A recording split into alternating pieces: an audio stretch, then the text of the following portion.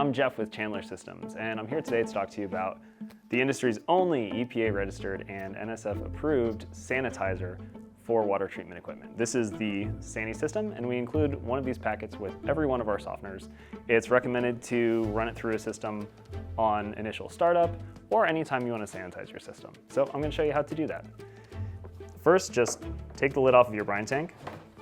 And if this is a new install, you'll want to put 4 gallons of water in there. If it's an existing system, you already have water in there. So just go ahead and remove the cap from your brine well.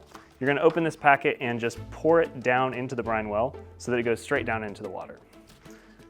Then we'll put the brine well cap and brine tank lid back on. And now we're just going to run the system through a cycle. So you can do this by either pressing regenerate now in the Legacy View app, or just press and hold set change until you see 4 zeros.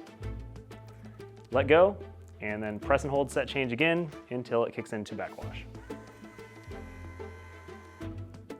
And from there you can either follow the normal startup procedure or just let it go through the cycle on its own. During the cycle, it'll draw all that sanitizer out, rinse the tank, and refill the brine tank and return to home on its own.